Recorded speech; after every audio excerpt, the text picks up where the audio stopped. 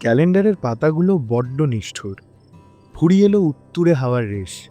রোদেলা দুপুরে যে ওমটুকু গায়ে মেখে অলস সময় কাটত, আজ সেখানে যেন এক বিদায়ের সুর। হ্যাঁ, কলকাতার এই শীত তার পাট চুকিয়ে এবার বিদায় পথে। আলমারির অন্ধকার কোণে জায়গা নিতে শুরু করেছে প্রিয় পশমি চাদর আর সোয়েটারগুলো। আর মাত্র কয়েকটা দিন, তারপরই কুয়াশা মাখা ভোরের জায়গা নেবে ঘামে ভেজা তপ্ত দুপুর। তবে এই শীতের একেবারে শেষে এসে রেডিও রামধনু তোমাদের জন্য নিয়ে এসেছে মনোরম পাহাড়ের মিষ্টি দুখানা প্রেমের গল্প, যে গল্প দুটো এই শীতের সমাপ্তির বুকে ছড়িয়ে দেবে অমলিন ভালোবাসার স্নিগ্ধ কুয়াশাদের। গল্পে অনেকটা ভালোবাসা, খুশি, আনন্দ, শান্তি, এসবের সাথে বেশ কিছুটা মন খারাপও আছে। সবে মিলে এবারের শীতের উপসংহার হয়ে থেকে যাক পাহাড়ের এই দুখানা স্নিগ্ধ প্রেমের গল্প। ওয়েল, আমি ঋত্বিক আছি তোমাদের সঙ্গে, আর তোমরা শুনছো রেডিও রামধনুতে এই শীতে। এই শীতের প্রথম গল্পের নাম দোসর। কুয়াশার চাদরে ঢাকা পাহাড়ের শহর দার্জিলিং, আর সেই শহরের এক মেঘলা দিনে শুরু হয় এক নতুন জুটির পথ চলা। অ্যারেঞ্জড ম্যারেজের আড়ষ্ঠতা কাটিয়ে স্নিগ্ধ আর অত্রিকা কি পারবে একে অপরের সত্যিকারের দোসর হয়ে উঠতে? ভালোবাসা কি শুধু ভাগ্যের পরিহাসে হয়, নাকি একে অপরের ছোট ছোট ভালো লাগাগুলোকে আগলে রাখার নামই হলো প্রেম? বন্ধুত্ব আর ভালোবাসার এক অনন্য সমীকরণ নিয়ে রেডিও রামধনুর এই শীতের প্রথম গল্পের নাম দোসর। শুনতে থাকো দোসর।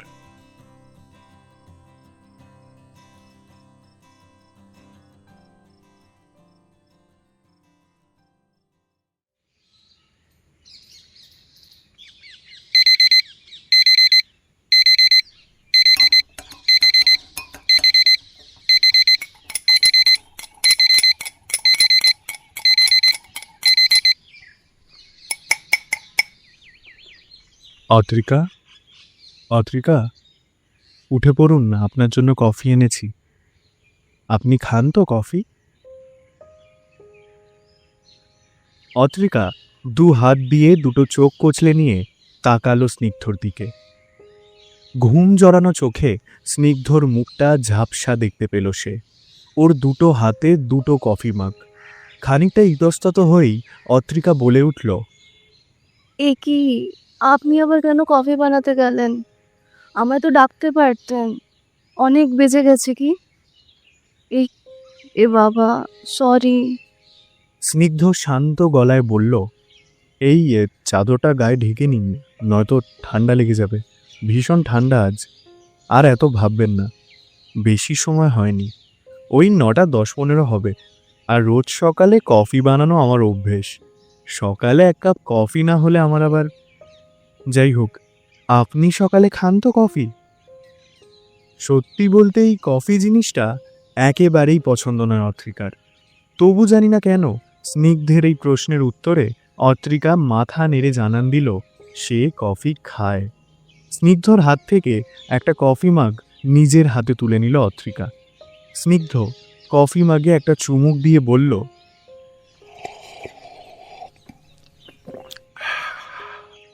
দেখুন কফিটা আপনার ভালো লাগে কিনা।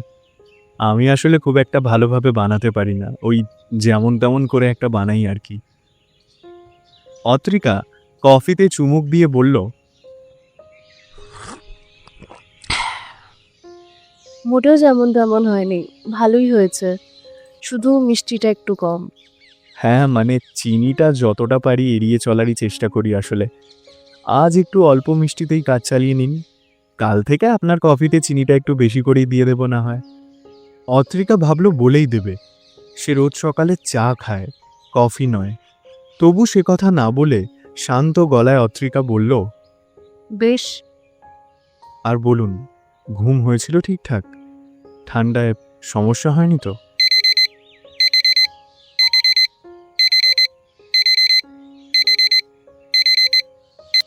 হঠাৎ অত্রিকার মোবাইল ফোনে আবার বেজে উঠল অ্যালার্ম।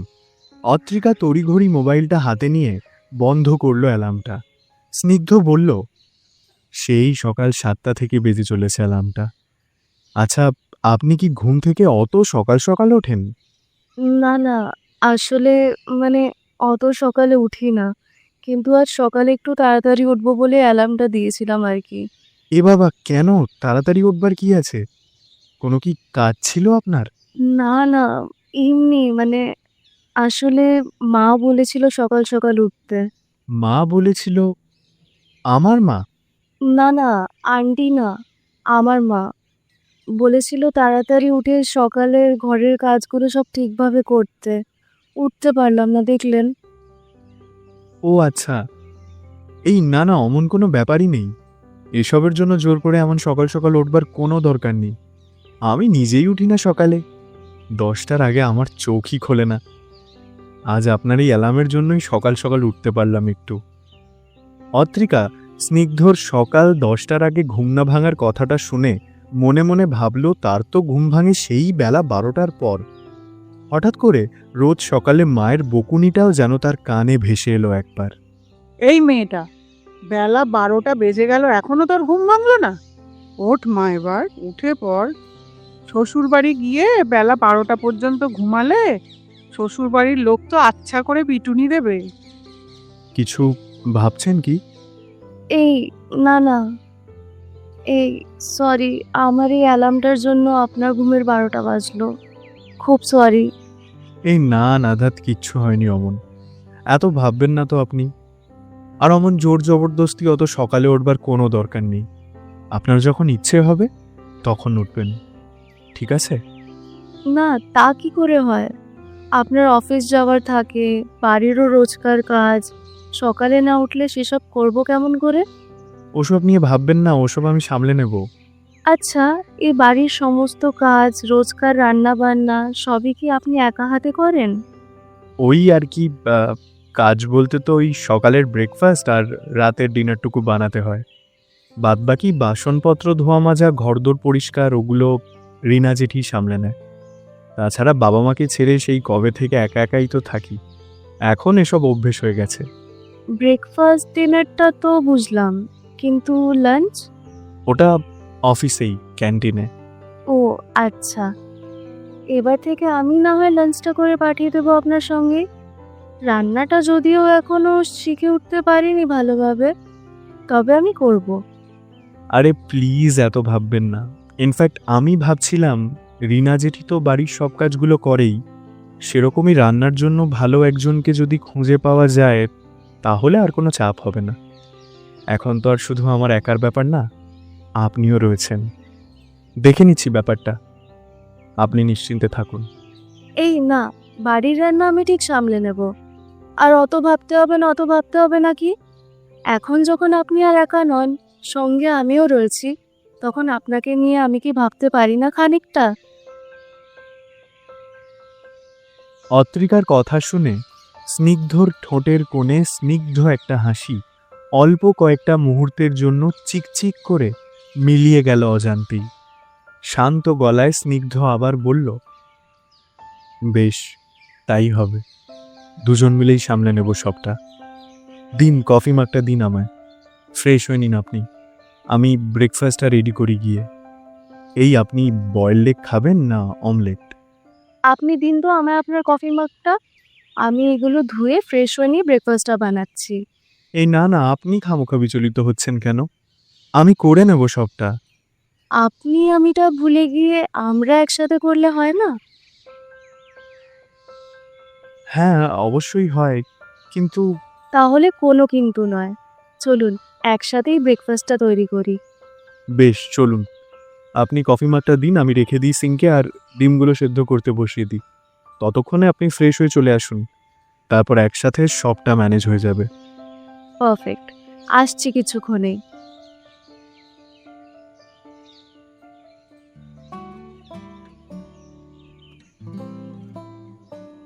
অত্রিকা বিছানা ছেড়ে উঠে বিছানার চাদর বালিশ পরিপাটি করে গুছিয়ে ফ্রেশ হতে চলে গেছে ইতিমধ্যেই।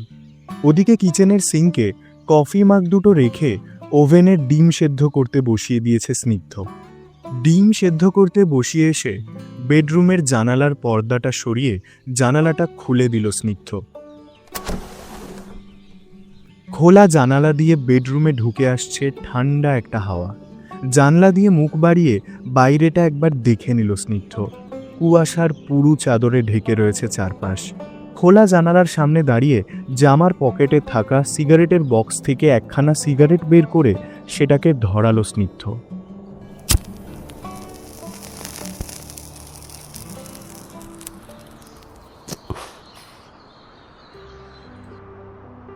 স্নিগ্ধ আর অত্রিকা, ওদের অ্যারেঞ্জড ম্যারেজ। বিয়ে হয়েছে সবে মাত্র 2 দিন হলো। অত্রিকা খড়গপুরের মেয়ে আর স্নিগ্ধ কলকাতার ছেলে হলেও চাকরি সূত্রে বাবা মা আর কলকাতা ছেড়ে ওকে থাকতে হয় এই দার্জিলিংয়ে।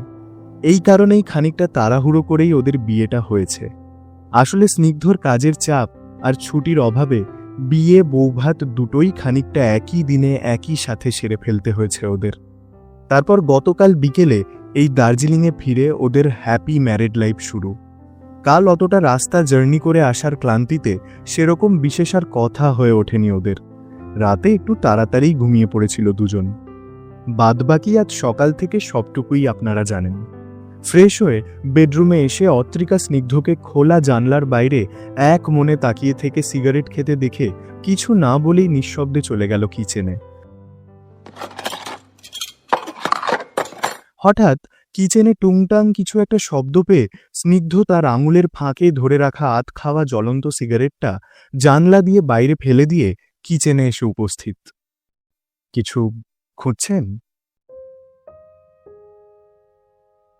হ্যাঁ, বলছি যে ছুরি আছে কি? ব্রেডে বাটার লাগাতাম। ও ছুরি? হ্যাঁ, ওটা ডাইনিং টেবিলেই রয়েছে। আপনি একা একা সব করছেন যে, ফ্রেশ হয়ে এসে আমাকে ডাকতে পারতেন তো। আপনি খুব মনোযোগ দিয়ে একটা কাজ করছিলেন তো, তাই আর ডাকলাম না। মনোযোগ দিয়ে কাজ? ও সিগারেট?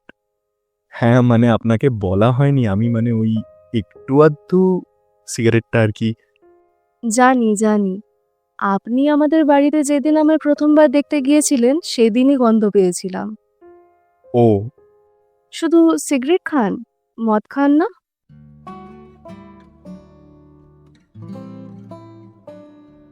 মদ? এই না না, ওসব খাই না। ধ্যাৎ, আমি ছেলে হলে না সব রকমের মদ টেস্ট করতাম। বাবা, মদ খাওয়ার জন্য বুঝি ছেলে হতে হয়?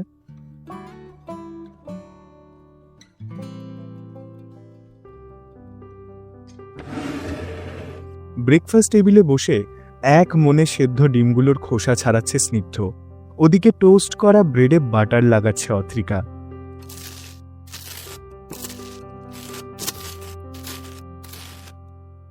ব্রেডে বাটার লাগাতে লাগাতেই অত্রিকা স্নিগ্ধকে বলল, আন্টি আঙ্কেলকে কল করেছিলেন? হ্যাঁ, মাই করেছিল সকালে।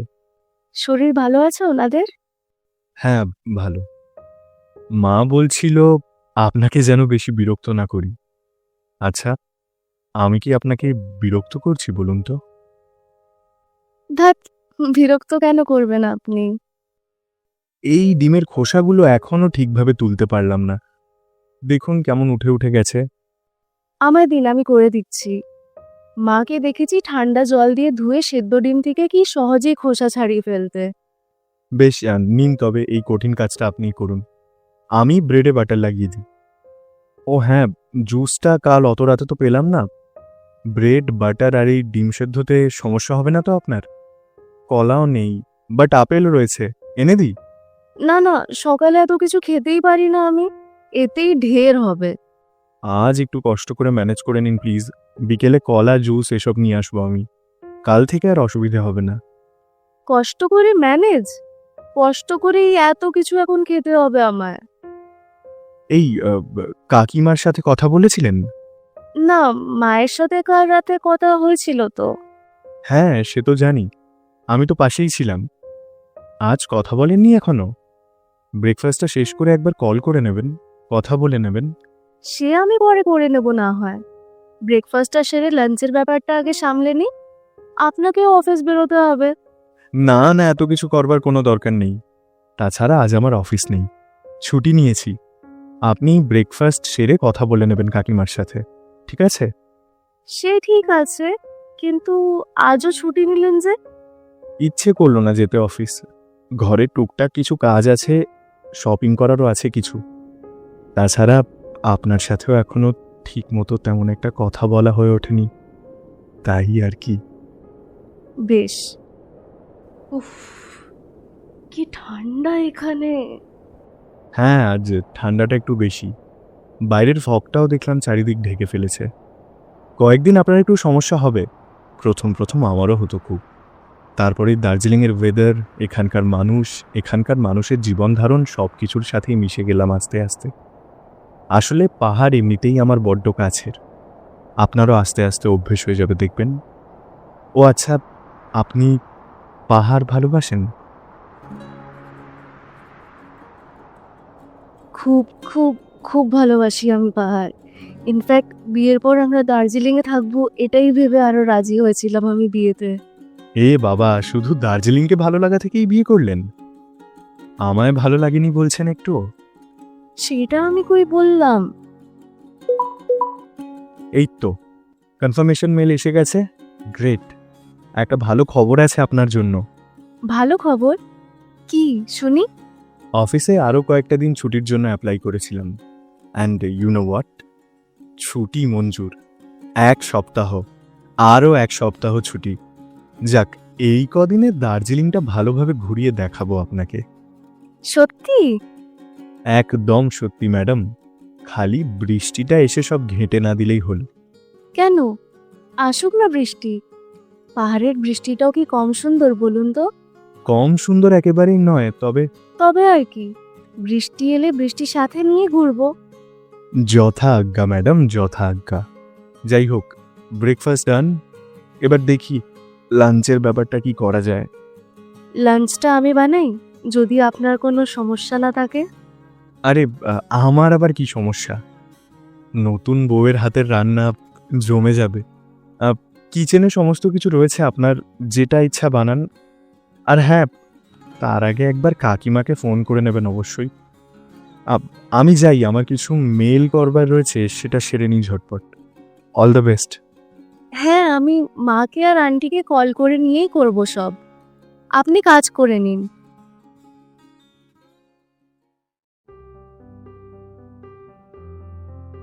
অ্যারেঞ্জ ম্যারেজ, গুগলে যার বাংলা অর্থ দেখায় সাজানো বিয়ে। এই সাজানো বিয়ে নিয়ে আমাদের অনেকেরই মনে নানান রকম ভয়, সংকোচ অথবা অনিশ্চয়তার ছাপ।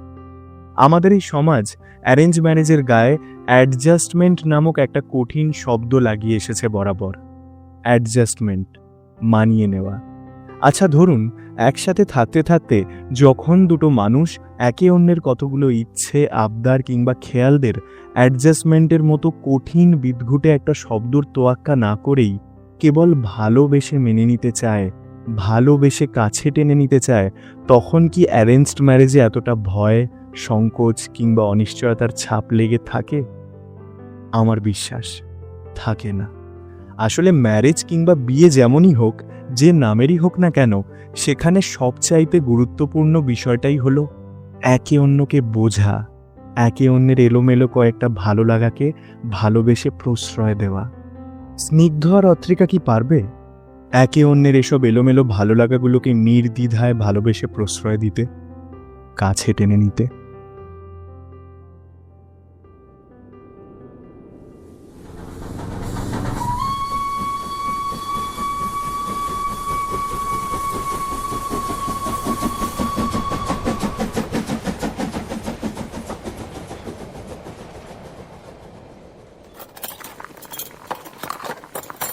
এই এই যা, ভাতটা পুড়ে গেল বোধহয়।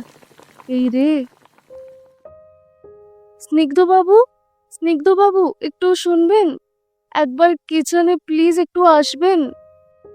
হ্যাঁ, আসছি এক্ষুনি, 1 মিনিট। এই প্রথমবার রান্না করতে গিয়ে কি করে ফেললাম এটা আমি।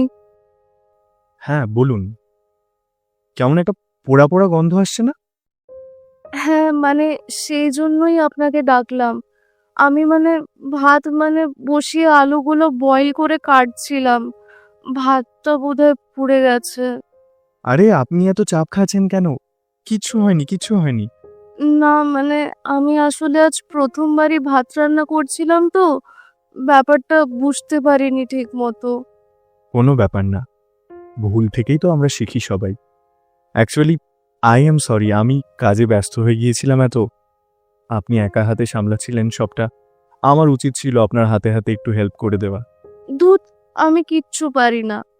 ভাতটুকুই আমার দ্বারা হলো না, আবার বড় বড় কথা বলছিলাম অফিসের জন্য লাঞ্চ পাঠিয়ে দেবো, এই ওই হ্যান ত্যান, কিচ্ছু হবে না আমার দ্বারা। আরে আরে আরে, হয়ে যাবে সব, হয়ে যাবে সব কিছু। আপনি তো তাও ভাতটা পুড়িয়ে ফেলেছেন, আমি বিশ্বাস করুন ওভেনটা জ্বালাতেই পারতাম না, সত্যি বলছি। আপনি তো এখন সব পারেন। হ্যাঁ, আপনিও পারবেন। আপনি শুরু থেকে একসাথে শিখব সবটা আবার, কেমন? কিন্তু এখন কি হবে? এখন এখন এখন আইডিয়া। আমার স্টকে সবসময় একটা জিনিস থাকে, জানেন তো? কি? ম্যাগি। আজ ঠান্ডাটাও জাঁকিয়ে পড়েছে, বাইরেও ঘন কুয়াশা, তার উপর দেখলাম আকাশেও মেঘ, বৃষ্টি এলো বলে। হবে নাকি গরমাগরম ম্যাগি? পারফেক্ট। ব্যাস, তাহলে এখন আর নো টেনশন। চলুন কাজে লেগে পড়ি দুজনেই। মিশন গরমাগরম ম্যাগি। একে পাহাড়, তার উপর বৃষ্টি, এমন আবহাওয়ায় গরম গরম ম্যাগি, জমে গেছে লাঞ্চ। কিন্তু ওদের প্রেমটা কবে জমবে বলুন তো? দুজনের মুখেই এই আপনি আপনিটা শুনতে আর ভাল লাগছে না, তাই না? ইতিমধ্যেই ঘন কুয়াশার পশমিনাকে আরও অনেকটা ঝাপসা করে দিয়েছে আকস্মিক এই বৃষ্টি। এই কনকনে ঠান্ডাতেই ব্যালকনিতে বসে গরম গরম ম্যাগি দিয়ে লাঞ্চ সারছে দুজন।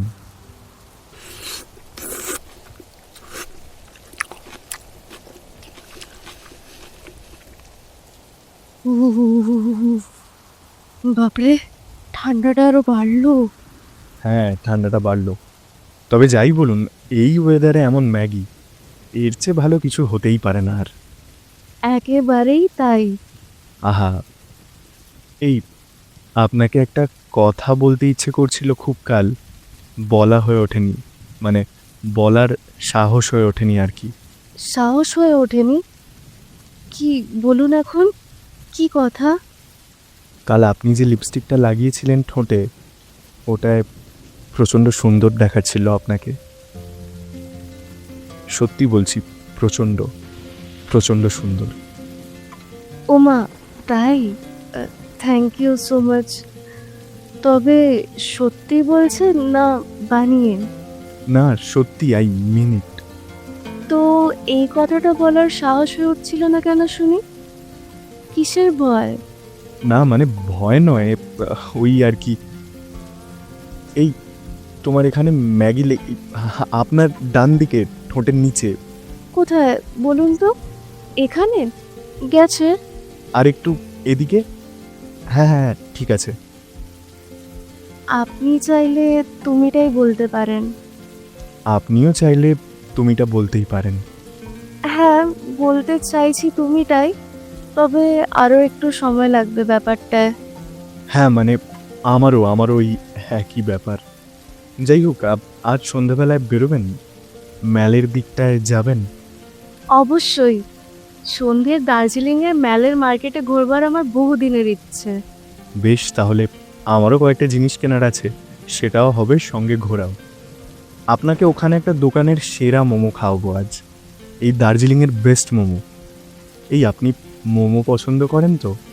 সত্যি বলবেন কিন্তু, সকালে আমি কিন্তু আপনার মুখ দেখেই বুঝেছি আপনি আমার মতো এমন কফি পাগলু নন। না মানে তেমনটা নয় ঠিক, কফি আসলে কমই খাই আমি একটু। মুখ ফুটে বলতে হবে তো সেটা, নইলে আমি কিভাবে বুঝবো বলুন তো? দেখুন তো, আপনার অনিচ্ছা সত্ত্বেও কেমন কফিটা খেতে হলো আপনাকে।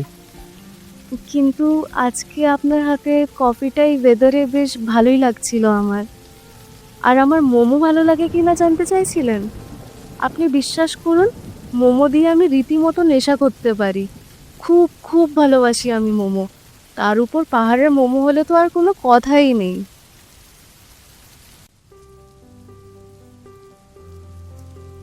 জীবনের পথ কখনো চড়াই, কখনো উতরাই, কখনো ভালো, আবার কখনো খারাপ।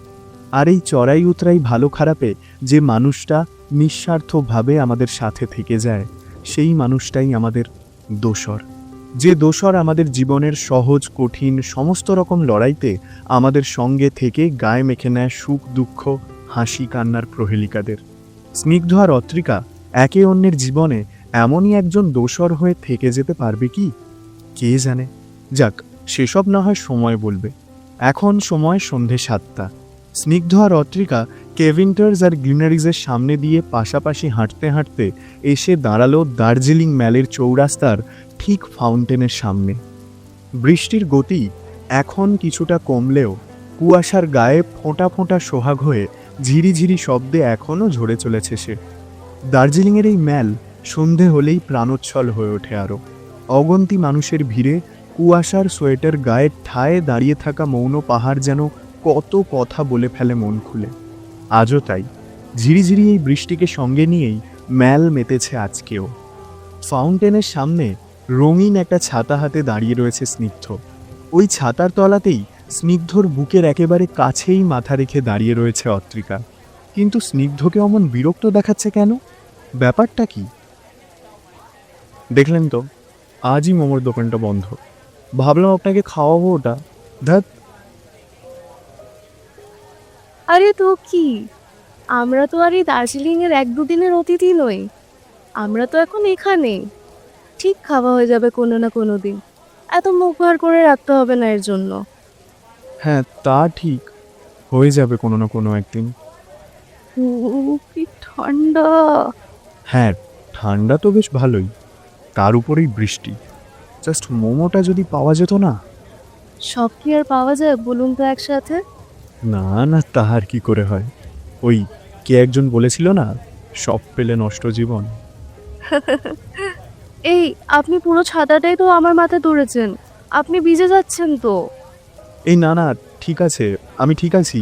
এ আর কি এমন বৃষ্টি? কিচ্ছু ঠিক নেই, ভিজে যাচ্ছেন আপনি। অত্রিকা আরও কিছুটা এগিয়ে এলো স্নিগ্ধর দিকে। অত্রিকার উষ্ণ নিঃশ্বাস চারপাশের এই বৃষ্টি কুয়াশা মাখা ঠান্ডা হাওয়ার চোখ এড়িয়ে ধাক্কা মারল স্নিগ্ধর বুকে। একে অপরের এতটা কাছাকাছি এই প্রথমবার এলো ওরা। হঠাৎ স্নিগ্ধ আর অত্রিকার চোখাচোখি হতেই স্নিগ্ধ খানিকটা লজ্জা মাখা স্বর পেরিয়ে সহজ গলায় বলল, আজও ওই লিপস্টিকটা ঠোঁটে দিয়েছেন, সুন্দর দেখাচ্ছে, সেদিনের মতোই। Thank you. এই একটা জায়গায় যাবেন?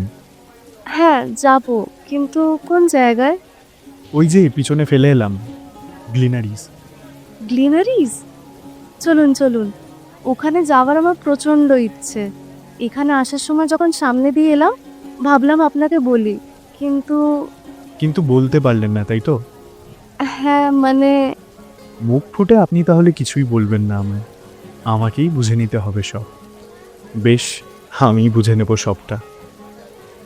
স্নিগ্ধর মুখে এই আমি বুঝে নেব সবটা শুনে ঝাপসা একটা লজ্জা মাখানো স্বস্তির হাসি স্পষ্ট হয়ে এলো অত্রিকার ঠোঁটের কোণে। গ্লিনারিজের সামনে এক ঝাঁক মানুষ নিজেদের ছবি তুলতে ভিড় করেছে। সেই ভিড় পেরিয়ে গ্লিনারিজের ভিতর ঢুকে ফার্স্ট ফ্লোরে উঠে এলো স্নিগ্ধ আর অত্রিকা। চৌকো টেবিলকে মাঝে রেখে মুখোমুখি দুটো চেয়ারে বসলো দুজন। সো, আপনি তো ছবি তুললেন না বাইরে? না বাবা, আমার ওসব ছবি টবি তোলবার শখ নেই অত। তার উপর ওখানে যা ভিড়, সবাই একদম হোপের সামনে ছবি তুলতে হাঁপিয়ে উঠেছে। হোপে হাঁপিয়ে? যা বলেছেন। বাঙালি আবার দার্জিলিংয়ে এসে গ্লিনারিজে এই হোপের সামনে দাঁড়িয়ে ছবি না তুললে ভীষণভাবে হোপলেস হয়ে পড়ে। বাট আমি হোপলেস হচ্ছি আপনার কথায়। আমার কথায় হোপলেস? কেন? মানে কোন কথায়?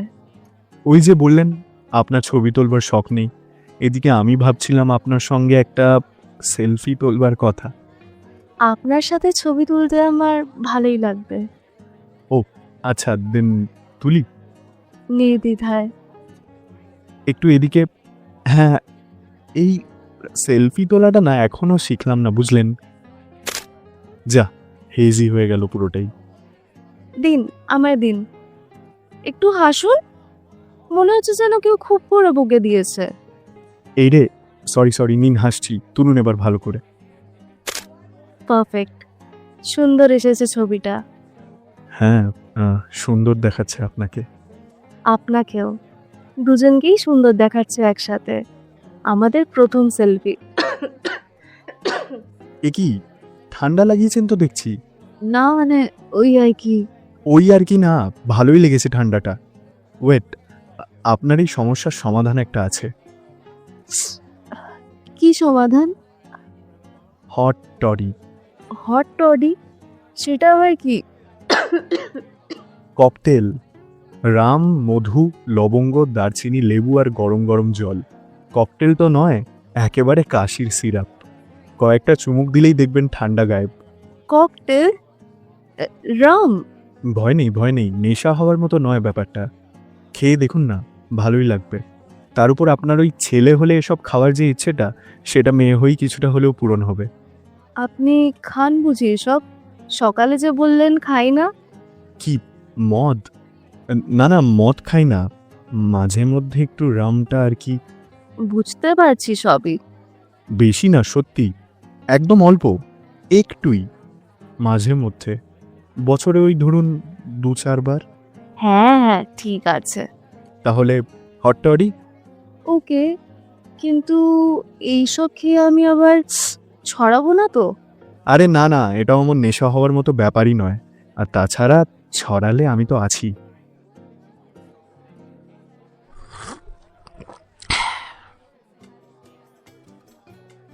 সো, হাউ ইজ ইট?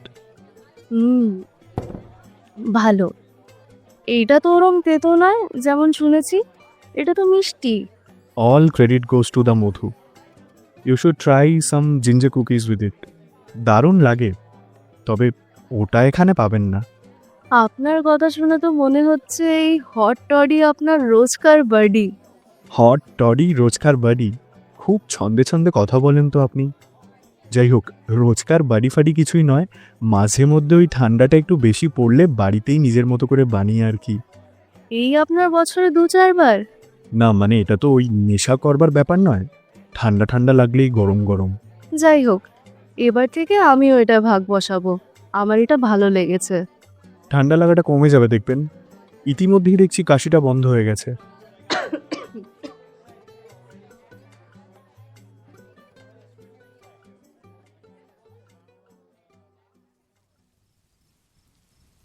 সন্ধে ঘনিয়ে রাত এখন।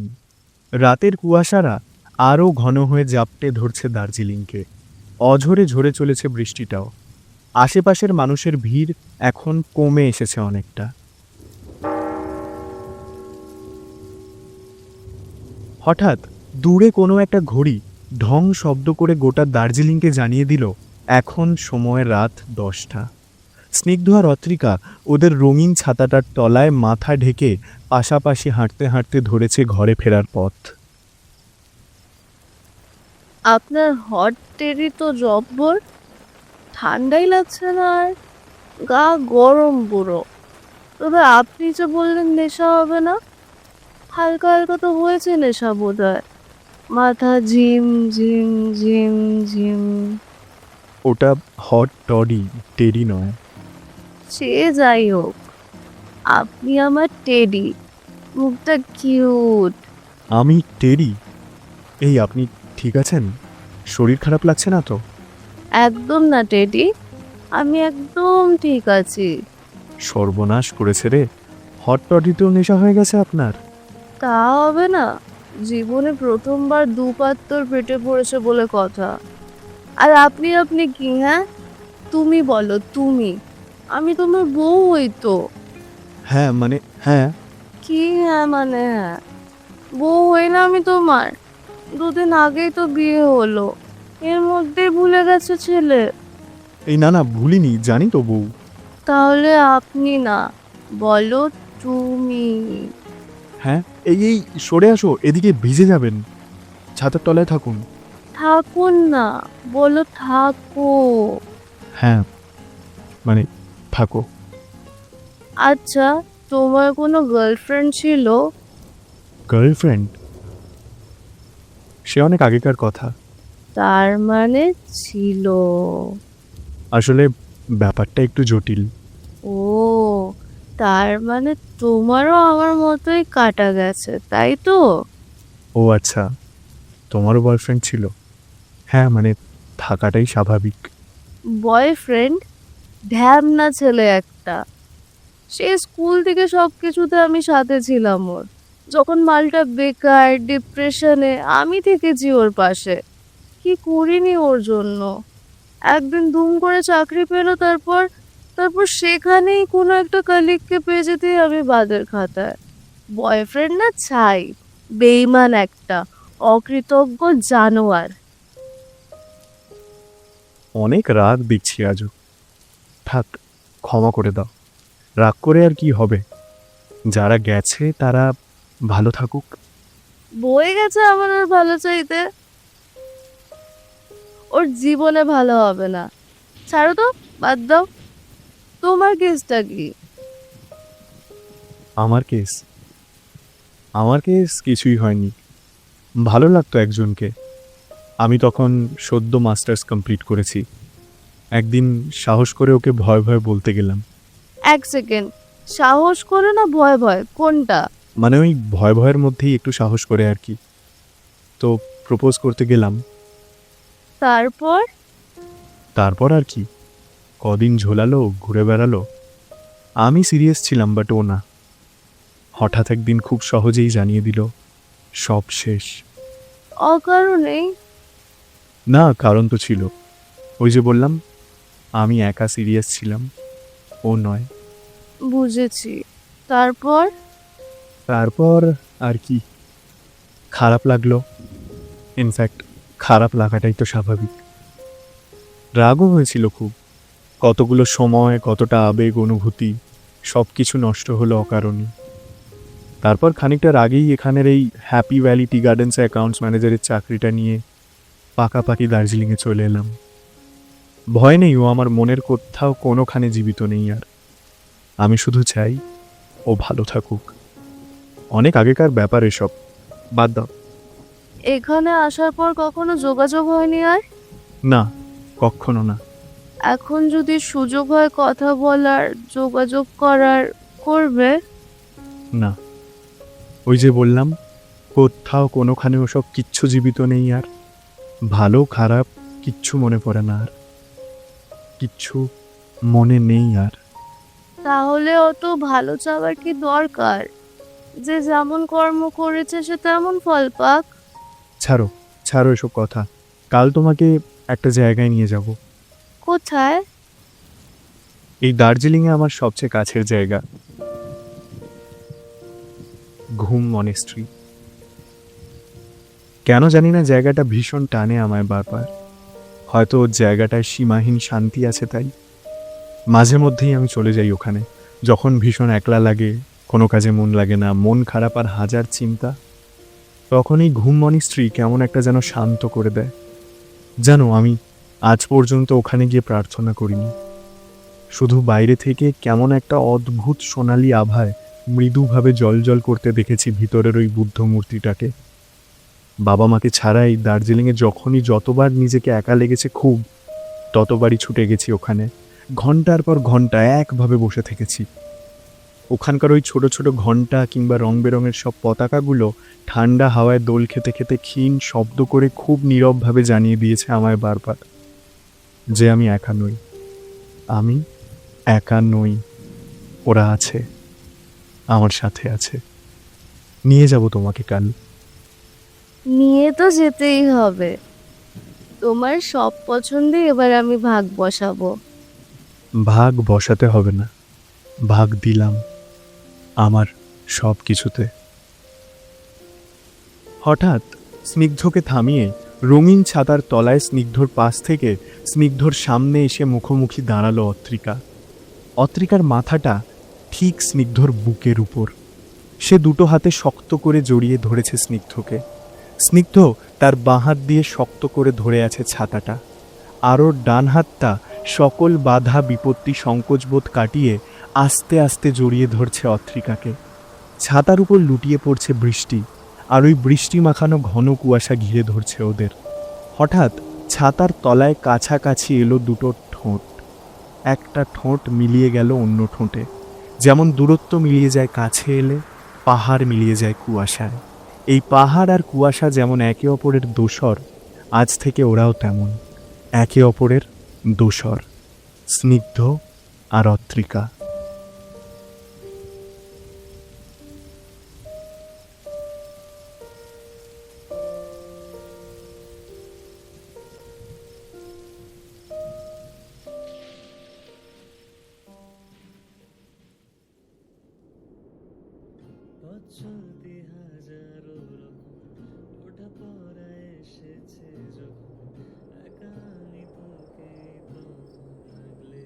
কি কেমন লাগলো স্নিগ্ধ আর অত্রিকার গল্প?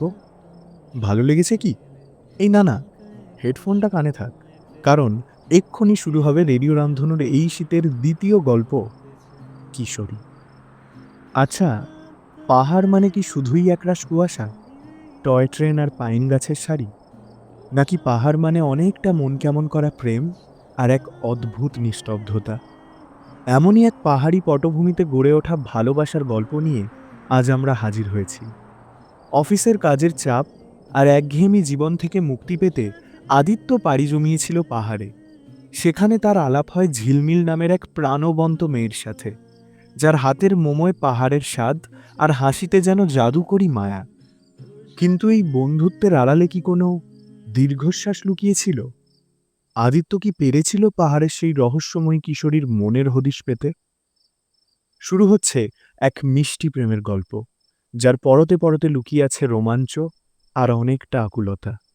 চলুন কুয়াশা মাখা পাহাড়ের বাঁকে হারিয়ে যাই কিশোরীর সাথে।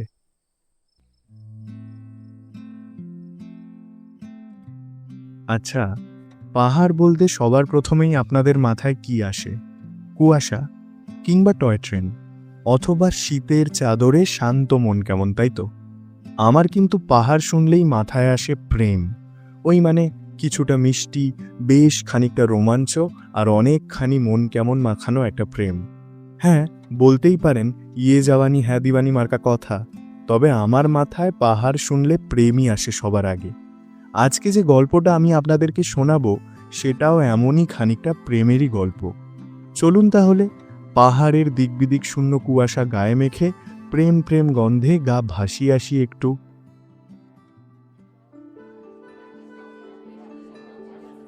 ওই যে আদিত্য হোটেল পর্যন্ত যাওয়ার জন্য একটা গাড়ির অপেক্ষা করছে সে অনেকক্ষণ ধরে। পাহাড়ের দিকে ঠিকঠাক একখানা গাড়ি, ঠিকঠাক একটা ভাড়ায় পাওয়া বেশ ঝক্কির ব্যাপার। এই সমস্যা কবে যে মিটবে কে জানে। যাই হোক, বহুক্ষণের অপেক্ষার পর আদিত্য একটা গাড়ি পেল শেষমেশ। অনেকক্ষণ আগেই পেয়ে যেত, তবে মশাই আবার শেয়ারে যেতে নারাজ।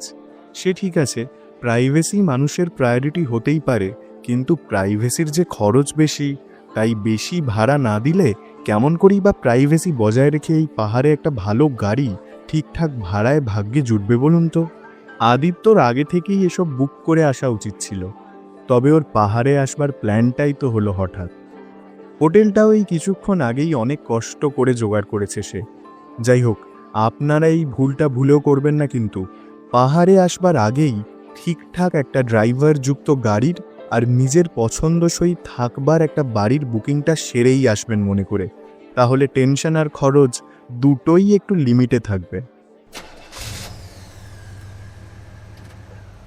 ওই যে আদিত্য গাড়ি চেপে হোটেলের দিকে এগিয়ে যাচ্ছে সে।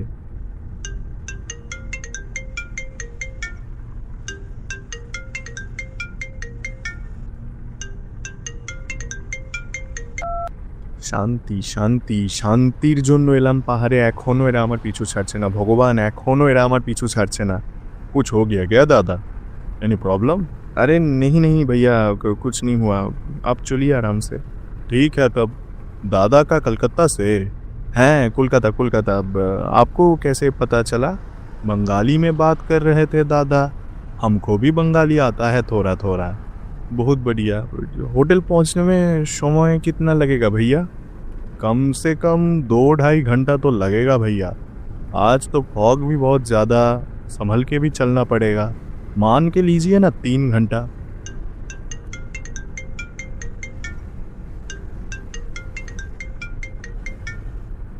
ধু साला निकुची করেছে, ফোনই সুইচ অফ করে দেবে এবার साला। इतना ठंड में भी दादा का दिमाग तो पूरा गर्म। ठीक है ना दादा साहब? আরে ভাইয়া, জিন্দগি পুরো বরবাদ আছে আমার, পুরো বরবাদ। সববার দাদা, সববার জিন্দগি হি পুরা বরবাদ আছে। হ্যাঁ সেই। আচ্ছা, आपका नाम কি আছে? ভূপেন্দ্র সিং আমার নাম আছে। ওরে বাবা, বেশ কঠিন নাম। आप তাহলে लोकल आदमी नहीं আছে? नहीं नहीं, लोकल नहीं हूँ। मैं पंजाब का रहने वाला, लेकिन ज़िंदगी मुझे पहाड़ में लेके चला आया। सब कुछ किस्मत है दादा, किस्मत। আমার भी किस्मत নিয়ে চলে आया पहाड़। कुछ बोले क्या दादा? ইয়ে মানে, হ্যাঁ বলছি যে সামনে কোনো ক্যাফে ট্যাফে है? खूब খিদে লাগা। अरे दादा, पहले बोलना चाहिए था ना। और पहाड़ में आके कौन कैफे जाता है? चलिए आपको पहाड़ का बेस्ट मैगी खिलाते हैं। मैगी? এই ওয়েদারে গরম গরম ম্যাগি মন্দ নয়। চলিয়ে চলিয়ে হয়ে যাক ম্যাগি। চলুন দাদা, হয়ে যাক।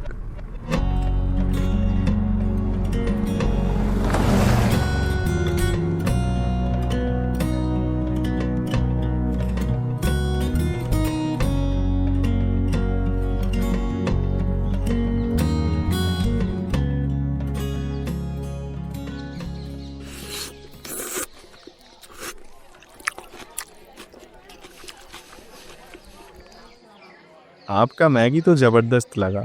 गा एकदम गरम गरम, माथा एकदम कूल, मस्त। चलिए तब। আরে মানে ইয়ে বলছি যে এখানে আশেপাশে কোথাও बढ़िया मोमो पावा যাবে क्या?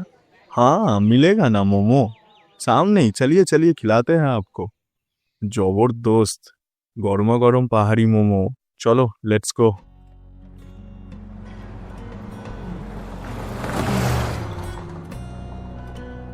আঁকা বাঁকা রাস্তায় এঁকে বেঁকে এগিয়ে চলল গাড়ি। কিছু দূর যেতেই সামনেই রাস্তার বাঁ দিকে দেখা মিলল একটা ছোট্ট দোকানের। সেই দোকানটার সামনেই আবার থামলো গাড়ি। ये रहा आपका मोमो दादा, पहाड़ का बेस्ट मोमो। जाइए चक्के आइए। গাড়ি থেকে নেমে ছোট্ট দোকানটার দিকে এগিয়ে গেল আদিত্য।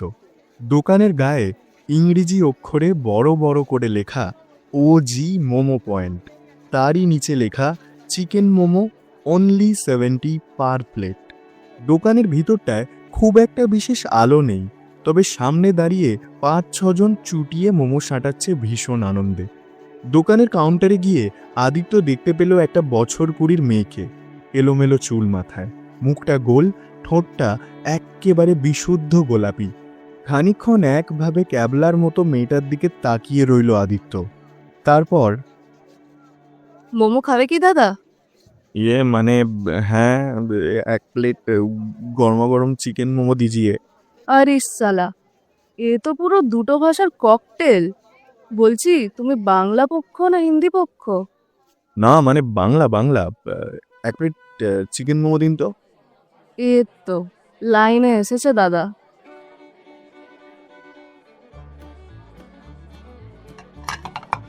এ নাও গরম গরম মোমো, পাহাড়ের বেস্ট মোমো, ওজি মোমো, ঝিলমিলের মোমো। এ কি, আপনারা মোমোর সাথে স্যুপ দেন না? আরে দাদা, ঝিলমিলের মোমো খেতে স্যুপ লাগে না দাদা। চাটনি মাখিয়ে মুখে ভরে দেখুন, এক্কেবারে এক ছোবলে ছবি। আচ্ছা। ভালো করে লাল চাটনিতে লেবড়ে প্লেট থেকে একখানা মোমো মুখে তুলতে যাবে আদিত্য, ঠিক তখনই মোমোর গা বেয়ে কিছুটা লাল চাটনি ঝপ করে পড়ল আদিত্যর গলায় জড়ানো হলুদ স্কার্ফটার উপর। সেটার তালে তাল মিলিয়ে আদিত্যর বাঁ হাত থেকে ঝপাত করে পড়ে গেল মোমোয়ে ভরা প্লেট। আরে আরে, কি ভাঙলো? এ কি? আরে দাদা, দিলে তো প্লেটটা ভেঙে। কানা মাল নাকি ভাই? অন্ধ কথাকার, ভালো প্লেটটা ভেঙে দিল আমার। মেয়েটা আদিত্যর উদ্দেশ্যে এসব বলেই চলেছে অনর্গল, কিন্তু আদিত্য সেসব কথায় কোনো পাত্তা না দিয়ে পকেট থেকে একখানা রুমাল বের করে পাগলের মতো নিজের গলায় জড়ানো হলুদ স্কার্ফটা থেকে মুছে চলেছে লাল চাটনির আকস্মিক আগমন। মেয়েটা রেগেমেগে বেরিয়ে এলো দোকানের ভেতর থেকে। এটা কি হলো? ভেঙে ফেললেন প্লেটটা? আদিত্য মেয়েটার দিকে না তাকিয়ে রুমাল দিয়ে স্কার্ফটা মুছতে মুছতেই বলল, আরে আমি বুঝতে পারিনি, আমি আমি দিয়ে দেবো আপনার প্লেটের দাম, আমাকে প্লিজ একটু জল দিন, প্লিজ প্লিজ প্লিজ, চাটনির দাগ কিছুতেই উঠছে না, আমাকে একটু জল দিন প্লিজ। ও বাবা, আবার টাকার গরম। প্লেটের দাম দিয়ে দেব। তা কি এমন মধু আছে শুনি এই ক্যাটকেটে হলুদ রঙের বিচ্ছিরি স্কার্ফটা?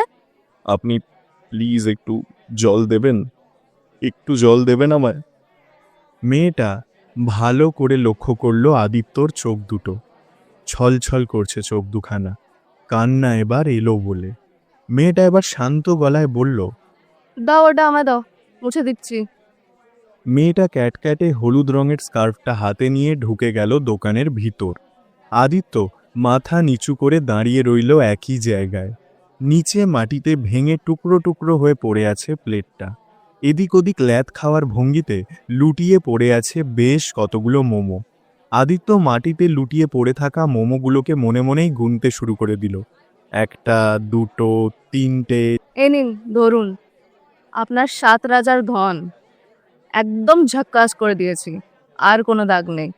আদিত্য স্কার্ফটা ভালোভাবে দেখে কনফার্ম হয়ে নিল দাগ আর আছে কি না। না, দাগ আর নেই।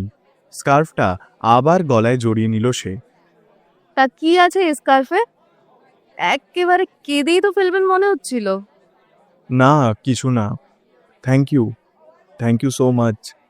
আরে বলোই না, কি এমন আছে ওটা? কেমন বিদঘুটে হলুদ রং। হ্যাঁ জানি, বিদঘুটে হলুদ রং জানি।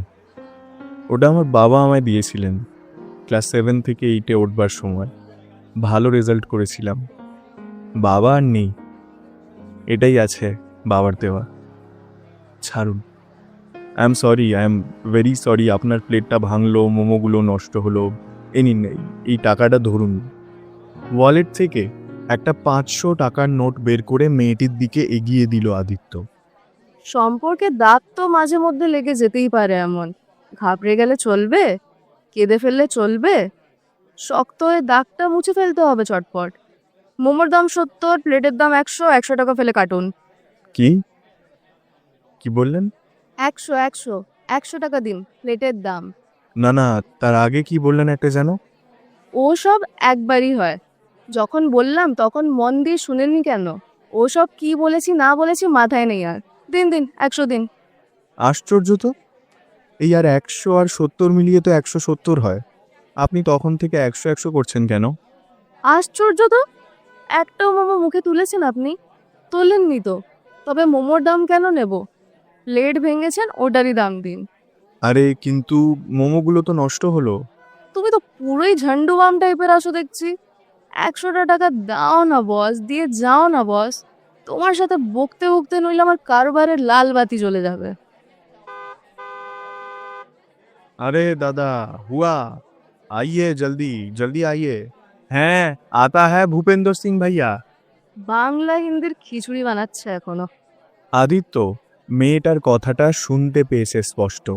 পকেট থেকে ওয়ালেটটা বের করে হাতের 500 টাকার নোটটা ওয়ালেটে ঢুকিয়ে একটা 100 টাকার নোট বের করলো আদিত্য। 100 টাকার নোটটা মেয়েটার দিকে এগিয়ে দিয়ে আদিত্য বলল, আপনিও তো তুই তুমি আপনির একেবারে খিচুড়ি বানিয়ে দিয়েছেন।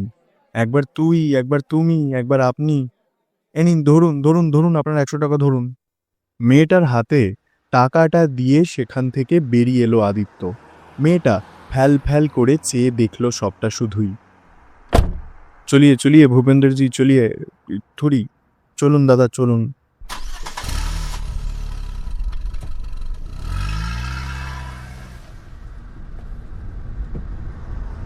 बाहर का मोमो कैसा लगा दादा? बढ़िया था ना? আদিত্য কোনো উত্তর দিল না এই প্রশ্নের। কেবল কাচু মাচু মুখে ফের একবার তাকিয়ে দেখে নিল রাস্তার বাঁদিকের ওই ছোট্ট দোকানটার দিকে, ওজি মোমো পয়েন্ট।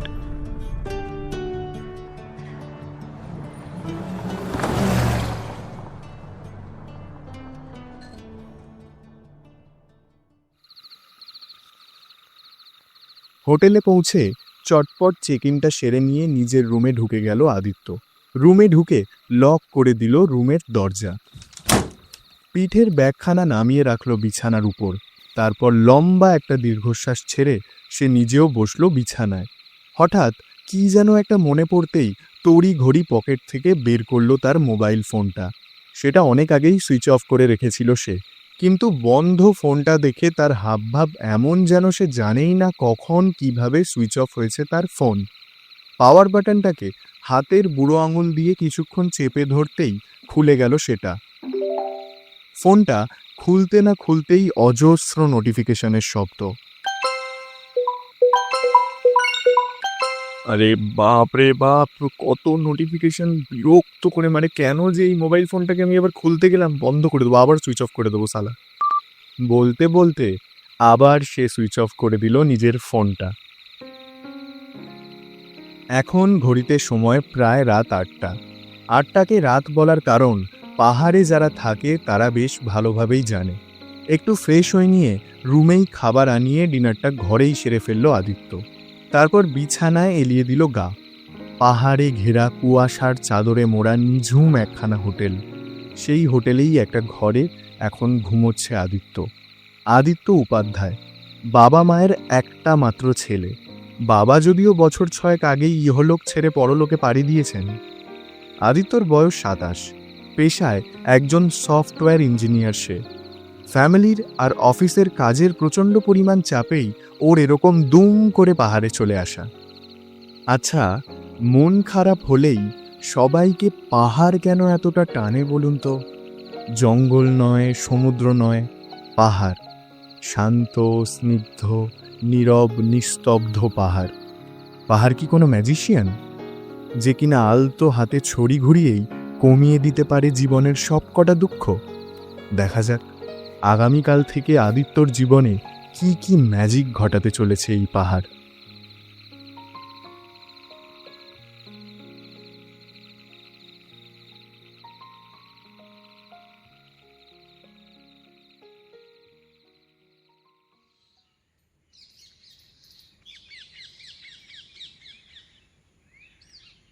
সকালে বেশ খানিকটা দেরিতেই ঘুম ভেঙেছে আদিত্যর।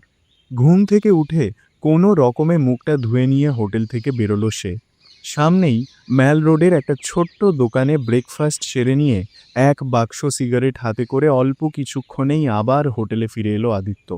ফিরেই আবার গা এলিয়ে দিল বিছানায়। তারপর আবার একটা লম্বা ঘুম। পাহাড়ে এসে কে এমন ঘুমায় বলুন তো?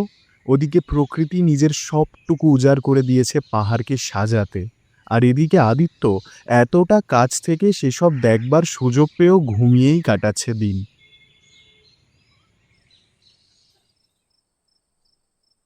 আদিত্যর ঘুম ভাঙল যখন, তখন প্রায় সন্ধে। ঘড়িতে সময় 6টা বাজবে। ঘুম ভাঙবার পর বিছানায় উঠে বসল আদিত্য। সিগারেটের বাক্স থেকে একটা সিগারেট বের করে সেটা ধরালো সে। সিগারেটে শেষ কয়েকটা টান দিয়েই আনমনে আদিত্য বলে উঠল,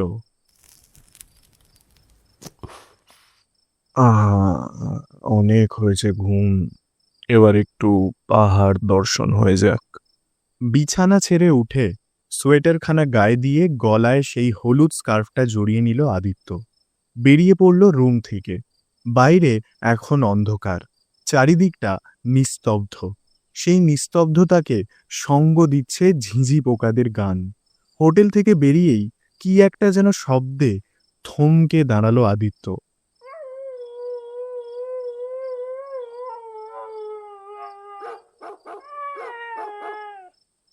হোটেলের পাশের রাস্তাটা থেকেই আসছে আওয়াজটা। আদিত্য এগিয়ে গেল রাস্তাটার দিকে। রাস্তার অল্প আলোয় সে দেখতে পেল খানিকটা দূরেই একটা মেয়ে, সঙ্গে তার খান চারেক কুকুর। মেয়েটা আনমনেই কথা বলে চলেছে কুকুরগুলোর সাথে। এই বোকাই বোকাই, আসো এদিকে, আছো আছো, এদিকে এদিকে, আছো আছো আছো। কি হচ্ছে, কি হয়েছে সোনা? বুকু খাবে তুমি, বুকু খাবে তুমি? ওরে বাবা! আদিত্য ওদের দিকে আরও একটু এগিয়ে গেল। কিছুটা এগিয়ে যেতেই সে দেখল এ তো সেই ওজি মোমোওয়ালিটা, ঝিলমিল না কি যেন একটা নাম। পিছনে পায়ের একটা শব্দ পেতেই মেয়েটা ঘুরে তাকালো, দেখল একটা ছেলে। মেয়েটা অমনি বলল, কে? না মানে আমি আপনি এখানে? কি মানে, কে আমি? আদিত্যর গলার হলুদ স্কার্ফটা এবার স্পষ্ট দেখতে পেল মেয়েটা। সঙ্গে সঙ্গেই বলে উঠল, আরে বাস, আপনি আপনি এখানে? হ্যাঁ, এই হোটেল মাউন্টেন ভিউয়ে উঠেছি আমি, কিন্তু আপনি এখানে? ও, এই হোটেলে উঠেছো? আমি তো কাছেই এখানে। ঝিলমিল তার কথা শেষ করবার আগেই আদিত্য বলে উঠল, এই প্লিজ দাঁড়ান, আগে ঠিক করে ডিসাইড করে নিন আপনি আমাকে তুই বলবেন না তুমি না আপনি। এ বাবা, সরি সরি। ঠিক আছে, দেখতে খুব একটা বুড়ো লাগে না, তাই তুমি বলি। হ্যাঁ তাই বলুন, তবে ওইটাই থাকে যেন শুধু, একবার তুমি একবার আপনি, রেগে গেলে আবার তুই, এসব যেন না হয়। আরে চিল মারো না বস, তুমিই বলবো এবার থেকে। তুমিও আপনি ছেড়ে তুমিতে শিফট করে যাও। বেশ, তাই হোক। এবার বলো, তুমি এখানে? আরে আমি তো এখানেই থাকি, এই সামনেই আমার বাড়ি। আচ্ছা, তো এই এখান থেকে অত দূরে গিয়ে তুমি মোমো বিক্রি করো? হ্যাঁ, আসলে এই ম্যাল রোডে দোকান নেবার সামর্থ্য আমাদের নেই, তাই আর কি। আর ওটা আমার দোকান নয়, বাবার দোকান। বাবার খুব জ্বর ছিল কদিন আসলে, তাই আমি সব সামলাচ্ছিলাম। যদিও মোমো আর চাটনিটা আমার হাতেরই জাদু। বুঝলাম। তা বাবার জ্বর এখন কেমন? আজ অনেকটা বেটার, দোকানেও গিয়েছিল। ছাড়ুন, আপনি বলুন, সরি, তুমি বলো, পাহাড় কেমন ঘুরছো? আর পাহাড়, দুটো দিন তো ঘুমিয়েই শেষ। কি, এখনো ঘুরে দেখোনি কিছু? না আসলে, কি আসলে? অদ্ভুত মানুষ তো তুমি। এই এত সুন্দর জায়গায় এসে কে ঘুমিয়ে সময় নষ্ট করে বস? কি আর করি, ঘুরবো বলেই বেরোলাম এখন, কিন্তু এখন তো আর। হ্যাঁ, এখন তো আর তেমন কোথাও। এই, না না, আছে, একটা জায়গা আছে, চলো একটা জায়গা নিয়ে যাই তোমাকে। হ্যাঁ, এই এখন? এখন তো অন্ধকার চারিদিক। আরে চলো তো, না গেলে তোমারই মিস। চলে আসো পিছন পিছন। ঝিলমিল কুকুরগুলোকে উদ্দেশ্য করে বলল, শত বোকাই ভুকু শিরোসাফায়ার, ওয়াং ভিউ পয়েন্টে যাই। কুকুরগুলো অমনি লেজ নাড়তে নাড়তে এগিয়ে চলল সামনে। পিছন পিছন চলতে শুরু করলো মেয়েটা। অগত্যা ওদের পিছন পিছন চলল আদিত্য। এই এই এই আস্তে আস্তে, একটু আস্তে চলো না প্লিজ। আসো আসো, চাপ নেই। যা ঢালু রাস্তা, চাপ তো আছেই, তার উপর আলো নেই। চাপ নেই, আমার কাছে টর্চ আছে। যাক, তাও একটু শান্তি। বলছি, টর্চটা কি আদৌ জ্বলে? ঝিলমিল তার জ্যাকেটের পকেট থেকে টর্চটা বের করে সুইচ অন করে বলল, বৈশাখ, না কোনো শখ নেই, আলো থাকতেও শখ করে অন্ধকারে হাঁটাচ্ছিলে তো, তাই বললাম আর কি। ঠিক আছে, এসো সাবধানে। এই বলছি যে ওই ভোকু, পকাই কি সব যেন, এগুলো কি কুকুরগুলোর নাম? হাট, পকাই আবার কি? বোকাই, বোকাই। টর্চের আলোটা একটা কুকুরের গায়ে মেরে ঝিলমিল বলল, এই যে, এটা বোকাই, ওর ভালো নাম বোকা চান, ছোট্ট করে বোকাই। বোকা চাঁদ? আচ্ছা। হাট, চাঁদ না, চান, চান, বোকা চান। বোকা চান? বাবা, কেমন নাম রে। ঝিলমিল এক এক করে আরও 3টে কুকুরের গায়ে টর্চের আলো মারতে থাকলো আর বলল, এটা হলো ভোকু, এটা সাফায়ার, আর এটা হচ্ছে শিরো। শিরোনামটা সিনচান থেকে ঝাড়া না? হ্যাঁ, ওই আর কি। এই যে, এসে গেছি আমরা। এই হচ্ছে ওয়াং ভিউ পয়েন্ট। এইসব এখানে লোকাল গাইডরা দেখাতে পারবে না তোমাকে, এইগুলো সব ঝিলমিল এক্সক্লুসিভ। দেখো কেমন লাগছে চারিদিকটাকে, কিন্তু খুব সাবধানে, বেশি এগোবে না, পা পিছলে গেলেই কিন্তু। আদিত্য এগিয়ে গেল খানিকটা, তাকিয়ে দেখল ছোট্ট ছোট্ট জোনাকির মতো নিচে অজস্র আলোর বিন্দু। ওটা পাহাড়ি একটা গ্রাম। সেখানেরই আলোগুলো এই এত উঁচু থেকে টিমটিম করছে জোনাকির মতো। তাদের পিছনেই স্বপ্নের দেশের মতো দাঁড়িয়ে রয়েছে ইয়া বড় বড় সব পাহাড়। অন্ধকারেও তাদের যেন স্পষ্ট দেখতে পাচ্ছে আদিত্য। তাদের মাথার উপর খোলা একটা আকাশ, চারিপাশে হালকা কুয়াশার একটা চাদর।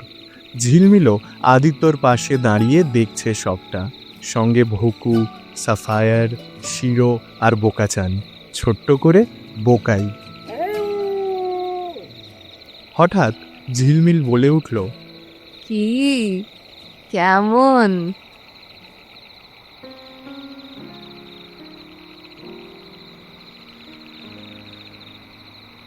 স্বপ্নের মতো। পাহাড় যে এত সুন্দর, পাহাড়ের যে সত্যি এরকম একটা রূপ আছে আমি আগে কখনো দেখিনি। থ্যাংক ইউ ঝিলমিল, তুমিলা থাকলে আমি হয়তো দেখতেও পেতাম না। হ্যাঁ হ্যাঁ জানি, এবার দাও দেখি। দাও? কি দেবো আবার তোমায়? ভয় নেই ভয় নেই, আমি ডাকাত নই। একটা সিগারেট দাও ধরেই। হ্যাঁ, সিগারেট? হ্যাঁ, আমি জানি তুমি খাও, সেই গন্ধ আমি অনেকক্ষণ আগে পেয়েছি। হামকো ভি থোড়া পিলাও ইয়ার। তুমি আবার সিগারেট টানো নাকি? কেন, তাতে কি? না না, কিছুই না। এনো এনো, ধরো। সিগারেটের বাক্স থেকে একটা সিগারেট বের করে ঝিলমিলের দিকে এগিয়ে দিল আদিত্য। আরে বাস, বড় মাল। আগুন, আগুনটাকে দেবে? এনাও আগুন।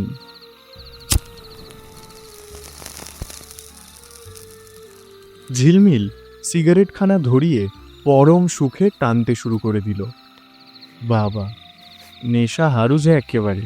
খেতে হয় বস, জীবনে কি কম চাপ? অমনি এক সুরে ঘেউ ঘেউ করে উঠল ভকু, সাফায়ার, শিরো আর বোকাই।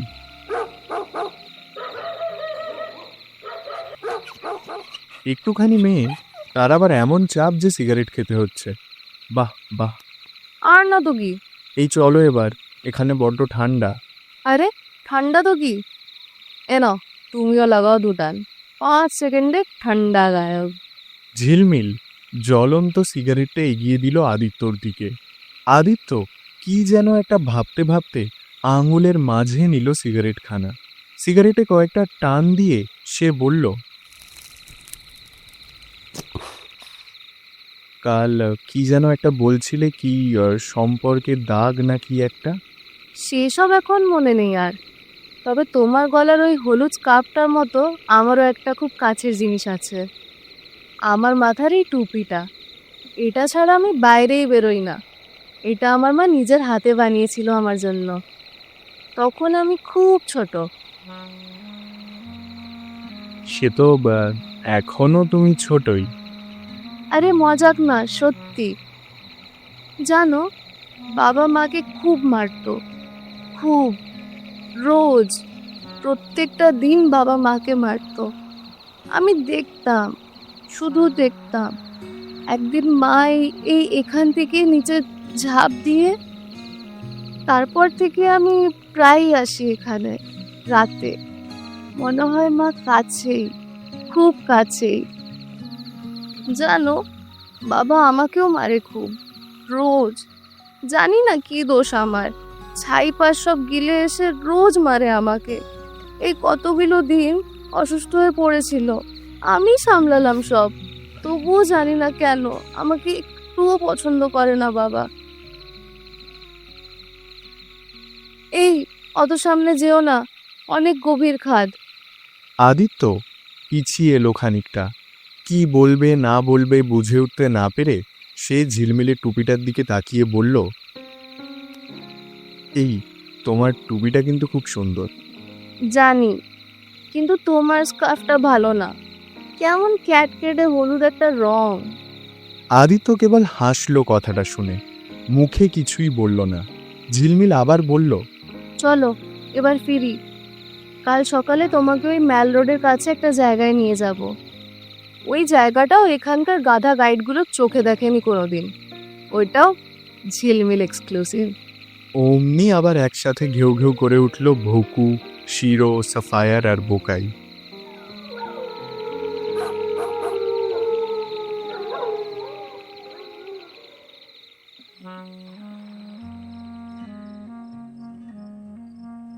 হোটেলের পাশের গলিটাতেই ঝিলমিলকে বিদায় জানিয়ে আবার হোটেলে ফিরে এলো আদিত্য।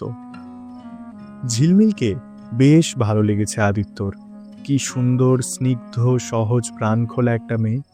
হ্যাঁ, চ্যাটাং চ্যাটাং কথা বড্ড, তবে বুকের ভিতরে যে ক্ষতর পাহাড়ও কম নয় তার। তবু মুখে কি নিষ্পাপ একটা হাসি।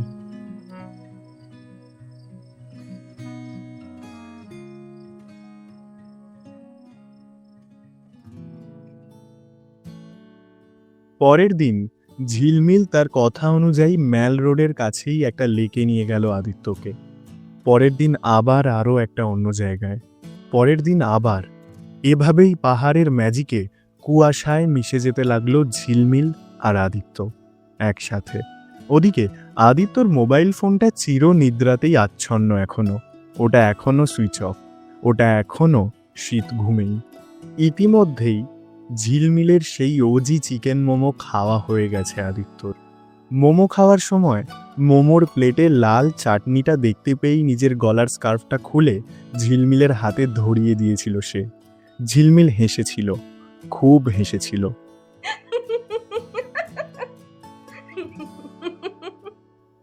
এভাবেই প্রায় একটা গোটা সপ্তাহ কেটে গেছে ওদের। আজ ঝিলমিলের কি একটা যেন কাজে ওদের ওই মোমোর দোকানে যাওয়ার কথা, তাই আজ আর সকালে ঘুরতে বেরোনো হলো না ওদের। তবে আজ সন্ধেতে ওদের আবার ওই হুয়াং ভিউ পয়েন্টে যাওয়ার প্ল্যান। ওই জায়গাটা ভারী ভালো লেগেছে আদিত্যর। এখানের সব চাইতে সুন্দর জায়গা ওটাই, হুয়াং ভিউ পয়েন্ট। তবে তার চেয়েও বেশি সুন্দর ঝিলমিল। আদিত্য মনে মনে ঝিলমিলকে হয়তো ভালোই বেসে ফেলেছে খুব। কেনই বা বাসবে না বলুন তো? অমন একটা মেয়ে, যে সঙ্গে থাকলে সমস্ত চিন্তা, ভাবনা, ভয়, রাগ, দুঃখ, অভিমান এক নিমেষে মিলিয়ে যায় ম্যাজিকের মতো। অমন একটা মেয়ে যার ওই ঝলমলে হাসিতে জল জল করে ওঠে চারিটা পাশ। অমন একজনকে ভালো না বেশি কি থাকা যায় বলুন তো? কে জানে, আমিও আদিত্যর জায়গায় থাকলে এই একইভাবে হয়তো হরকাতম। মনে মনে সব ঠিক করে রেখেছে আদিত্য। আজ ওর মনের কথা ঝিলমিলকে জানিয়েই দেবে সে। উফ, কখন যে দেখা হবে ঝিলমিলের সাথে ওর মতো তো আমারও আর তর সইছে না। সন্ধে 6টায় মাউন্টেন ভিউ হোটেলের পাশের ওই রাস্তাটাতেই ওদের দেখা করবার কথা। সময়ের একটু আগেই আদিত্য সেখানে গিয়ে উপস্থিত। সময় মতোই ঝিলমিলও এলো সেখানে। আদিত্য ঝিলমিলকে দেখতে পেয়েই একগাল হাসি নিয়ে বলল, আজ সব বন্ধুরা কই তোমার?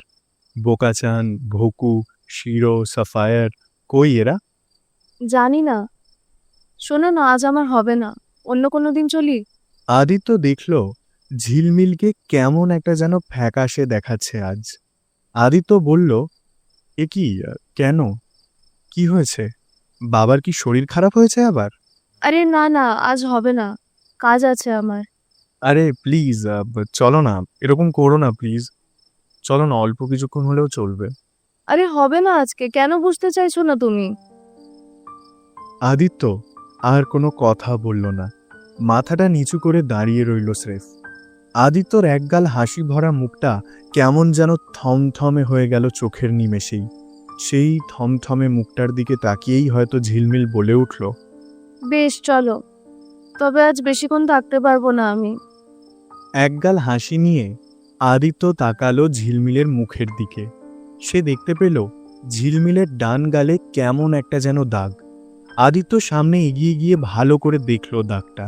ঝিলমিলকে প্রশ্ন করল, এ কি, কিসের দাগ ওটা? কি হয়েছে গালে?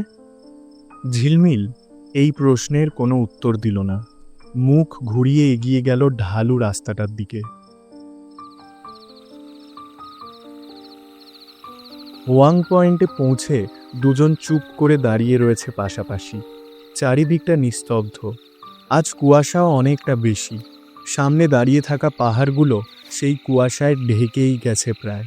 হঠাৎ আদিত্য বলে উঠল, তোমার বাবা আবার তোমার গায়ে হাত তুলেছে তাই না? সশব্দে কেঁদে উঠল ঝিলমিল। পরক্ষণেই সে কাঁদতে কাঁদতে হঠাৎ শক্ত করে জড়িয়ে ধরল আদিত্যকে। কেঁদো না ঝিলমিল, আমি নিয়ে যাব তোমায় আমার সঙ্গে। আমি তোমাকে আমার সঙ্গে নিয়ে যাব। দেখো, আমি তোমাকে আজকে বলবো বলেই এসেছিলাম জানো। আমি না তোমাকে ভালোবাসি ঝিলমিল, কেঁদো না ঝিলমিল, কেঁদো না প্লিজ। ঝিলমিল অমনি আদিত্যর কাছ থেকে সরে এলো খানিকটা, বলল, আমি ভালোবাসি তোমায়, আমি তো তোমার নামই জানি না এখনো। এই হ্যাঁ তাই তো। এ বাবা, তুমি তো আমার নামই জানো না এখনো পর্যন্ত। আরে আমার নাম আদিত্য, আদিত্য উপাধ্যায়। ঝিলমিল কাঁদতে কাঁদতেই কেমন অদ্ভুতভাবেই হেসে উঠল যেন, তবে খুব গম্ভীর হয়েই আদিত্য বলল, কেন মেরে এই অবস্থা করেছে তোমার বাবা? তোমার জন্য। আমার জন্য? আমার জন্য মানে? আমি কি করেছি? এই যে তোমার সাথে প্রতিদিন এদিক ওদিক ঘুরে বেড়াচ্ছি, কে একটা বাবাকে বলেছে, বলেছে তোমার মেয়ে ট্যুরিস্টদের সাথে ইলু ইলু করে বেড়ায়। আচ্ছা, ইলু ইলু মানে কি হয়? ইলু ইলু কিচ্ছু না, তুমি চিন্তা করো না ঝিলমিল, আমি যাব তোমার বাবার কাছে, আমি কথা বলবো, এক্ষুনি যাব, চলো। ইস, কিভাবে মেরেছে মেয়েটাকে। না, তোমাকে এখন এত লাফালাফি করতে হবে না। তোমাকে কি আমি হ্যাঁ বলেছি এখনো? তুমি বলো না ইলু ইলু মানে কি হয়? তুমি হাসছো ঝিলমিল, তোমার লাগে না? কেমন মানুষ তোমার বাবা, এমনভাবে নিজের মেয়েকে কেউ মারে?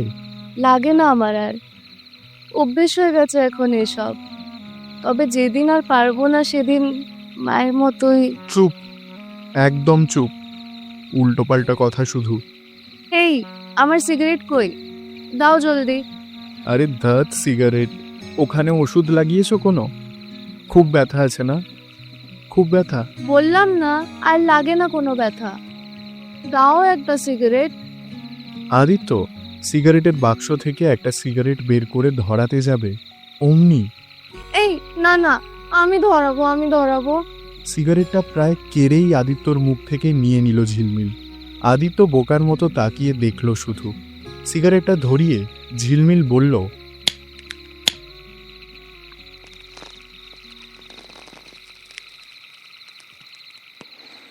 আচ্ছা, তুমি এতদিন এখানে কি করছো বলো তো? আমি মানে আবার সেই মানে শুরু করেছে। উফ। আরে আমি মানে বাড়ি ছেড়ে পালিয়ে এসেছি এখানে। হ্যাঁ? আরে হ্যাঁ, একে অফিসে কাজের এত চাপ, তার উপর আমার মা আমায় জোর করে বিয়ে দিতে উঠে পড়ে লেগেছিল। রোজ অশান্তি, রোজ ঝামেলা, তাই পালিয়ে এলাম এখানে। পাহাড় আমার বড্ড প্রিয় জানো। পাহাড় আমার বড্ড প্রিয়। আর মায়ের কি, হ্যাঁ? খবর নিয়েছো একদিনও? খোঁজ নিয়েছো একদিনও? না, মোবাইল তো সেই কবে থেকেই বন্ধ, কথাও হয়নি আর। কেমন মানুষ রে ভাই! আরে তুমি কেমন মানুষ? ওই মানুষটার কি অবস্থা হচ্ছে বলো তো? না, আমি আজকে গিয়েই কল করব মাকে। আসলে ভয় করতে পারিনি কলটা। বিয়ের ভয়, মায়ের ভয় পালিয়ে বেড়াচ্ছে, আর উনি নাকি আমার বাবার সাথে কথা বলতে যাবেন। বীর পুরুষ। যেতেই পারি এক্ষুনি। না, এখন নয়। আজ তুমি তোমার মায়ের সাথে কথা বলবে, মনে করে কল করবে, নইলে কিন্তু। আচ্ছা ঠিক আছে, করব। মনে থাকে যেন। এই তুমি তো হ্যাঁ না কিছুই বললে না। খুব সহজ না? কিছুই বলবো না, যাও। আরে এই কি? আচ্ছা বলতে হবে না কিছু, একটু কিছু বুঝিয়ে তো দাও। আচ্ছা, বুঝিয়ে দিতে হবে, বেশ। অমনি ঝিলমিল আদিত্যর দিকে এগিয়ে এলো। তারপর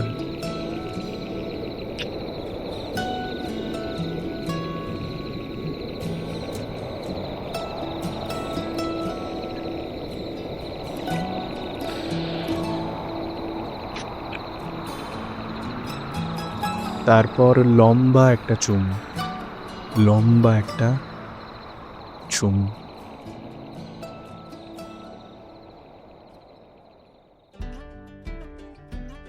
সেদিন বাড়ি ফিরে রাতে মায়ের সাথে কথা বলেছে আদিত্য। ভেবেছিল মা রেগে একেবারে আগুন হয়ে থাকবে, তবে মায়ের কান্না মাখা গলায় একটাই আবদার, ঘরের ছেলে ফিরে আসুক ঘরে। আদিত্য কথায় কথায় ঝিলমিলের কথাও হালকা করে তুলে দিয়েছে মায়ের কানে। আপত্তি তার তেমন একটা নেই, মা খালি মেয়ের পদবি জানতে চেয়েছিল, কিন্তু তা তো আমাদের আদিত্যবাবুরই অজানা।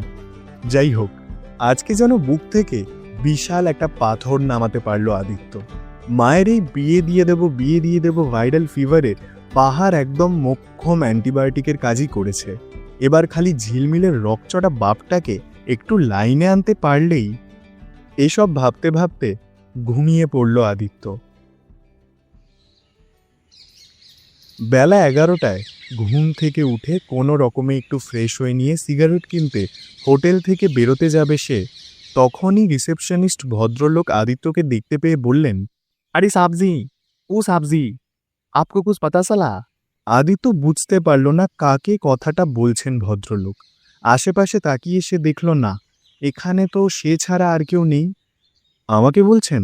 হ্যাঁ সাব, আপকো পাতা চলা কুছ? না, क्या हुआ बोलूं तो? अरे वो जो झिलमिल बेटी है जिसके साथ आप घूमते थे रोज, ऊपर से कूद गई। की হয়েছে? ऊपर से कूद गई, ऊपर से। अरे वो जो झिलमिल बेटी आप जिसके साथ घूमते थे हुआंग व्यू से कूद गई। কি বলছেন আপনি? কি বলছেন এগুলো আপনি? छोटी सी बेटी थी, हुआंग व्यू से कूद गई। उसका बाप एक नंबर का घटिया इंसान, उसका মা भी वहीं से कूद के मरी। আদিত্যর মাথায় কিছু ঢুকছে না। কিচ্ছু না বুঝতে পেরে মাউন্টেন ভিউ হোটেলের পাশের রাস্তাটার দিকে পাগলের মতো দৌড় লাগালো আদিত্য।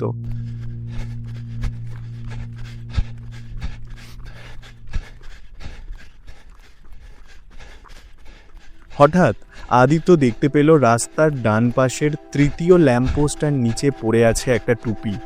টুপিটা ঝিলমিলের সেই টুপিটা। এটা ঝিলমিলের মা নিজে হাতে বুনেছিল ঝিলমিলের জন্য।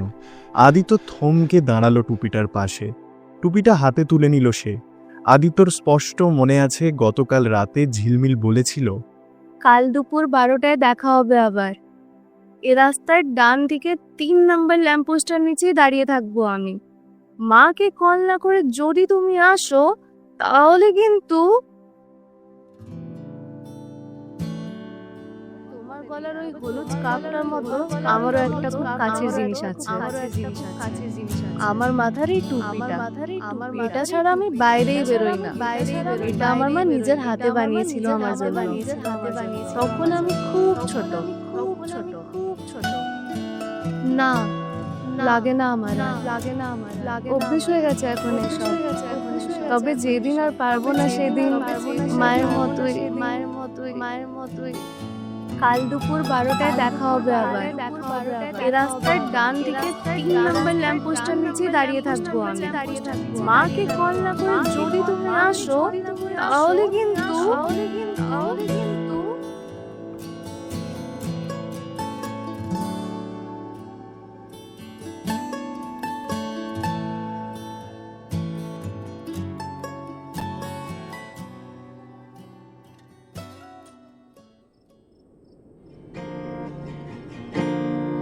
किसी रोज बारिश जो आए, समझ लेना बूंदों में मैं हूँ।